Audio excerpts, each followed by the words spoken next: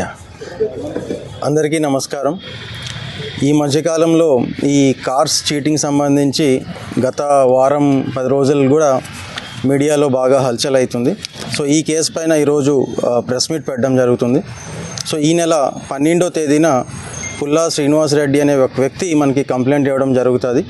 ఆయన last year August 2024లో ఆయన ఒక స్విఫ్ట్ వెహికల్ మనకి ఆంజనేయులు అనే ఒక వ్యక్తి దగ్గర ఆయన తాకట్టు పెడతారు సుమారు 1,50,000 రూపాయలకి.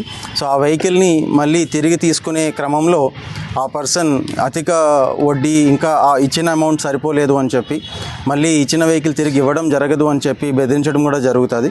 సో ఇలా మనకి ఈ యొక్క కోణంలో లోతుగా మనం పరిశీలినట్లయితే ఇదంతా కూడా ఒక గ్రూప్ ఆఫ్ పీపుల్ ఈ యొక్క అఫెన్స్ని పార్టిసిపేట్ చేసినట్టు మనకు తెలుస్తూ ఉన్నది.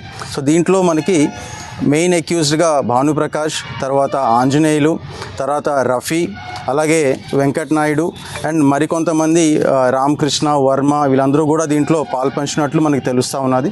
సో దీనిపైన మనం ప్రత్యేకంగా టీమ్స్ ఫామ్ చేసి ఈ యొక్క ఎంటైర్ ఒక గ్రూప్ ఒక యాక్టివిటీస్ని మనం పరిశీలించి మొత్తం 20 vehicles including the vehicles in which they were travelling మొత్తం 20 వెహికల్స్ మనం రికవరీ చేయడం జరుగుతూ ఉన్నది.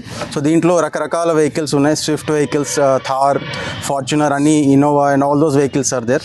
సో ప్రధానంగా వీళ్ళ ఒక ఎంఓ ఏంటి అంటే, ఒకటి వీళ్ళు ఈ ఫినాన్స్ ఏదైతే కంపెనీస్ ఉంటాయో వాళ్ళ దగ్గర వీళ్ళు వెహికల్స్ తీసుకుంటూ ఉంటారు. ఆ వెహికల్స్ని మళ్ళీ వీళ్ళు నంబర్ ప్లేట్ మార్చి ఆ వెహికల్స్ని వాళ్ళు రికవరీ చేసే విధంగా లేకుండా మళ్ళీ వీళ్ళు ఇంకొకరి దగ్గర తాకట్టు పెట్టడం కానీ, లేదా ఎవరికైనా రెంటల్స్కి ఇవ్వడం కానీ, లేదా మరి ఇంకొక ఇండివిజువల్స్ దగ్గర కూడా తాకట్టు పెట్టే పరిస్థితి కనిపిస్తూ ఉన్నది.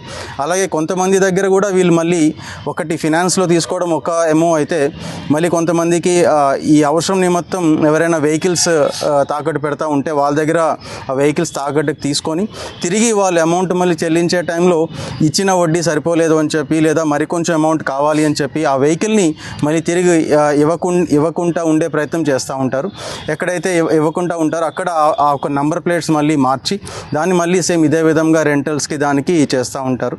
సో ఎంటైర్గా మనకి దీంట్లో 9 మంది ముద్దాలుగా మనం గుర్తించడం జరిగింది. సో దీంట్లో ఈ 7 పర్సన్స్ కాకుండా మరొక 2 పర్సన్స్ మనకి ప్రకాష్ గౌడ్ అండ్ మోహన్ అని చెప్పి హైదరాబాద్లో ఉంటారు. వీళ్ళు కూడా ఏం చేస్తారు అంటే, ఈ స్క్రాప్లో ఏవైతే వెహికల్స్ మనకి వెళ్తూ ఉంటాయో ఆ ఒక నంబర్ ప్లేట్స్ డాక్యుమెంటేషన్ కూడా వాళ్ళు కలెక్ట్ చేసుకొని అది వీళ్ళకి వర్మ అనే ఒక వ్యక్తి ద్వారాగా వీళ్ళకి అమ్మడం జరుగుతూ ఉంటుంది. సో ఈ విధంగా ఈ ఎంటైర్ గ్యాంగ్ ఈ యొక్క వెహికల్స్ని ఫినాన్స్ మీద తీసుకున్న వెహికల్స్ కావచ్చు, తాకట్టుకు తీసుకున్న వెహికల్స్ కావచ్చు, అవన్నీ కూడా మళ్ళీ వేరే నంబర్ ప్లేట్స్తో తిప్పడం, ఆ వచ్చిన అమౌంట్స్తో వీళ్ళందరూ కూడా వాళ్ళ యొక్క వైసెస్ని బేసికలీ డ్రింకింగ్ కావచ్చు లేకపోతే ఎంజాయ్ చేయడం కోసం ఎక్కువ పాల్పడుతూ ఉన్నారు.